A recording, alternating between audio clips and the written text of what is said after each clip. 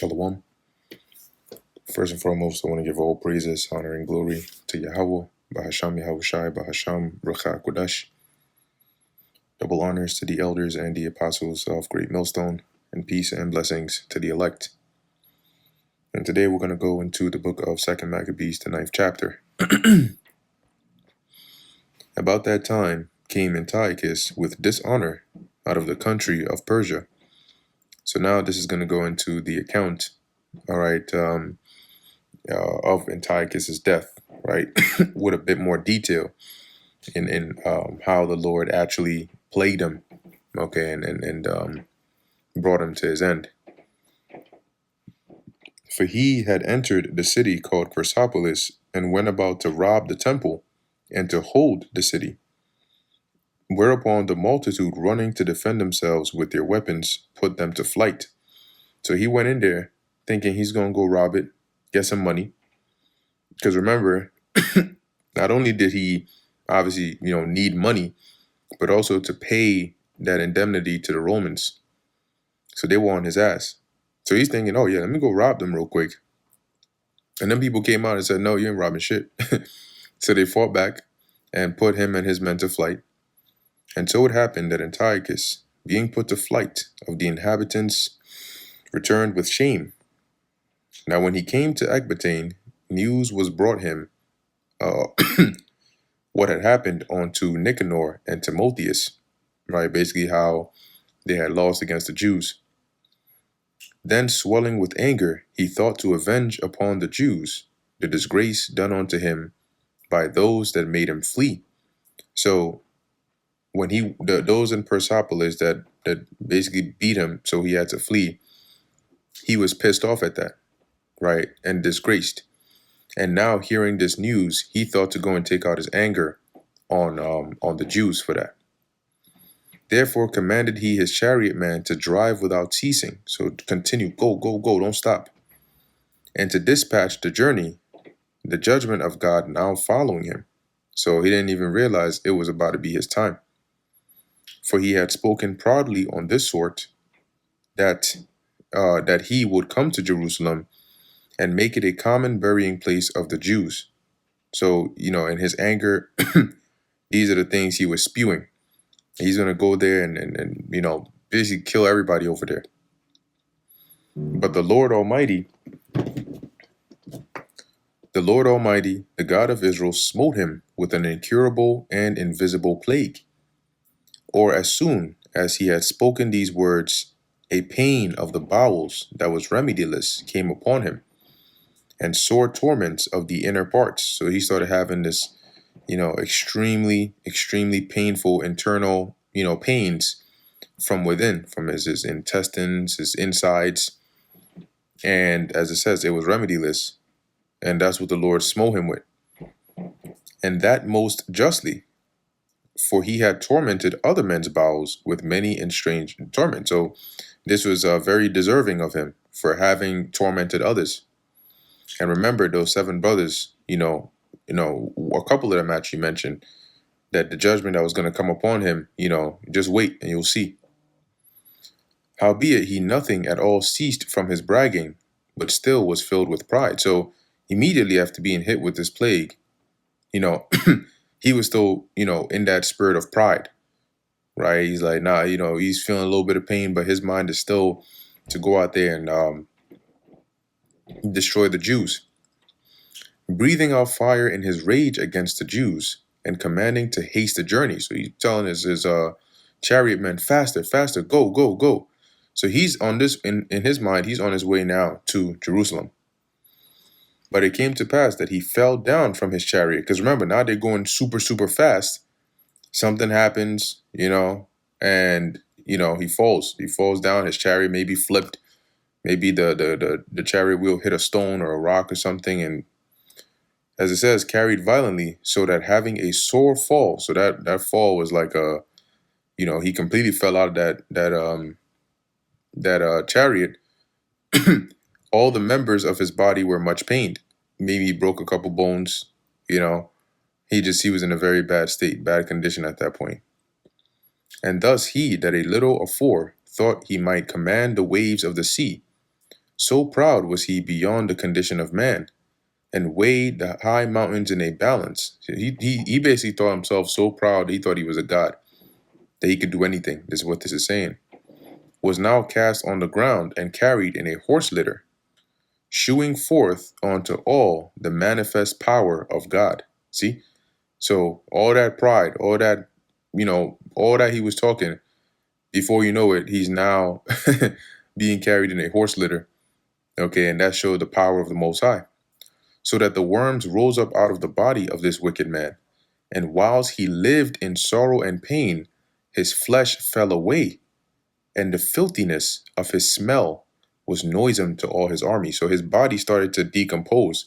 It basically started to rot while he was alive, having, as it says, worms coming out of his body. Can you imagine that? Ugh. And then the smell, right? That's like rotting flesh. So bad that his army was like, yo, damn, like this is crazy. They can't handle this. And the man that thought a little afore he could reach to the stars of heaven, no man could endure to carry for his intolerable stink.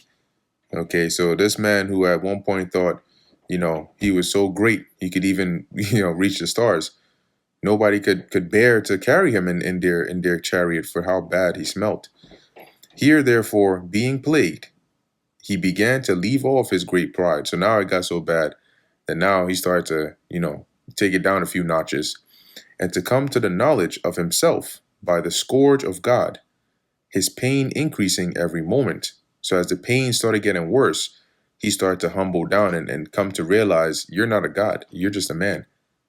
And when he himself could not abide his own smell, he said these words, "It is meet to be subject unto God, and that a man that is mortal should not proudly think of himself if he were God." And this is what's called being humbled. Because a proud demon like him, to admit and say these own words out of his mouth, he was going through a lot of pain and he wanted it to stop. And he knew the only way, or at least he thought the only way, was to humble down. But the Lord wasn't going to repent of this judgment he had hit him with. This wicked person vowed also unto the Lord, who now no more would have mercy upon him, saying thus, that the holy city, to the which he was going in haste, to lay it even with the ground, and to make it a common burying place, he would set at liberty. And this goes to show you also why, like he said, it is meet to be subject unto God. Because when the Most High brings a judgment upon you, and you end up like this, okay, or in a different situation, it doesn't matter what you do then. If he has set an incurable wound or a judgment unto destruction on you, it's not being revoked, no matter how humble or how much you cry or what you say. So just make sure you don't end up in that position in the first place. Too bad for this demon. He would set at liberty. So now he's saying, look, he made a vow. He's saying, look, if the holy city, Jerusalem, he's not going to destroy. He's going to give them their freedom and liberty and so on.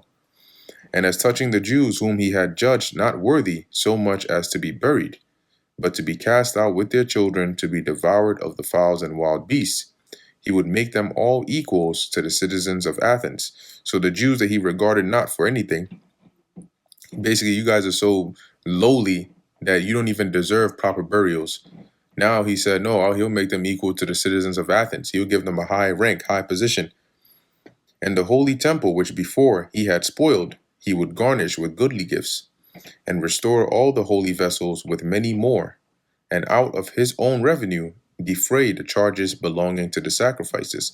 Right, basically saying that he would he would clean up the temple. He would put the gold and everything in there. He would even pay out of his own revenue for the cost of the sacrifices and all that.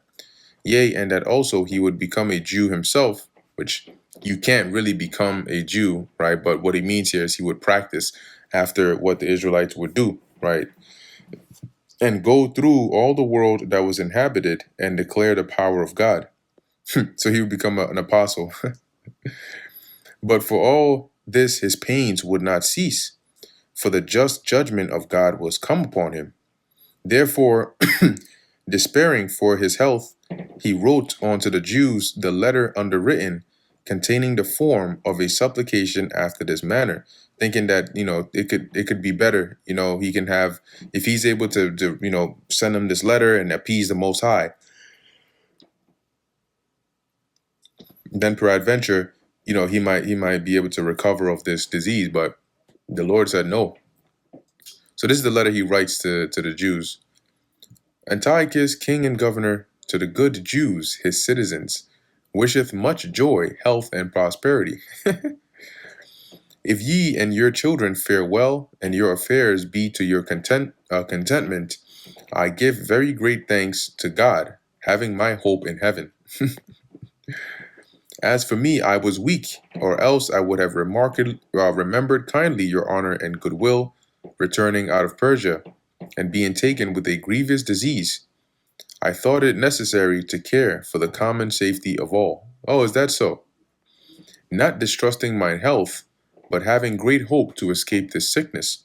So he's doing all this in the hopes that he could appease the God of Israel, and then he would be able to be cured of his sickness.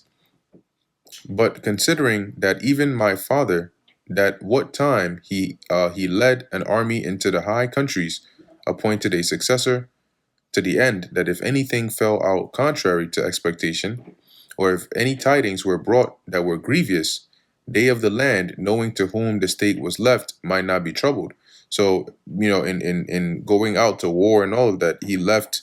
He appointed a successor. This is who will take the throne after me. So if something happened, he died in an expedition, something happened, and news got back, the people of the land would know what to do, so they wouldn't be stressed.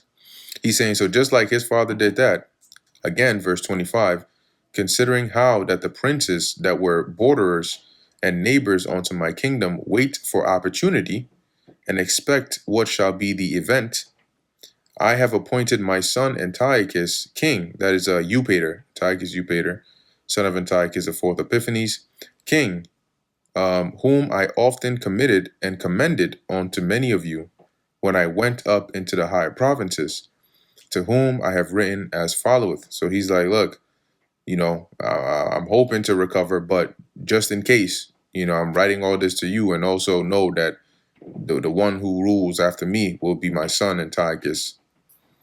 Therefore I pray and request you to remember the benefits that I have done unto you generally, and in special, and that every man will be still faithful to me and my son. Listen to this madness. The benefits, huh? You mean the leeway to go and do Greek fashions and depart from our laws? For I am persuaded that he, understanding my will, my mind, will favorably and graciously yield to your desires, being his son. Thus the murderer and blasphemer, having suffered most grievously, as he entreated other men, so died he a miserable death in a strange country in the mountains. And Philip, that was brought up with him, carried away his body, who also fearing the son of Antiochus went into Egypt to Ptolemais Philometor. Yeah, because remember that Antiochus in First Maccabees, it says he appointed Philip to basically take over and take care of his son. But his son was already under the care of Lysias, and Lysias would have had an influence in his mind. So Lysias ends up persuading Antiochus the fifth to say, look, we got to go back and make sure everything is in the right affairs. So they end up going back, and I believe they went up against Philip, and then, as it says here, he fled here to Egypt. And that brings us to the end of the book of 2nd Maccabees, the 9th chapter. Lord willing, that was edifying to the elect. In closing, I want to give all praises, honor, and glory to Yahweh, Bahasham, Yahweh Shai, Bahasham, Recha Kudash. Until next time, Shalom.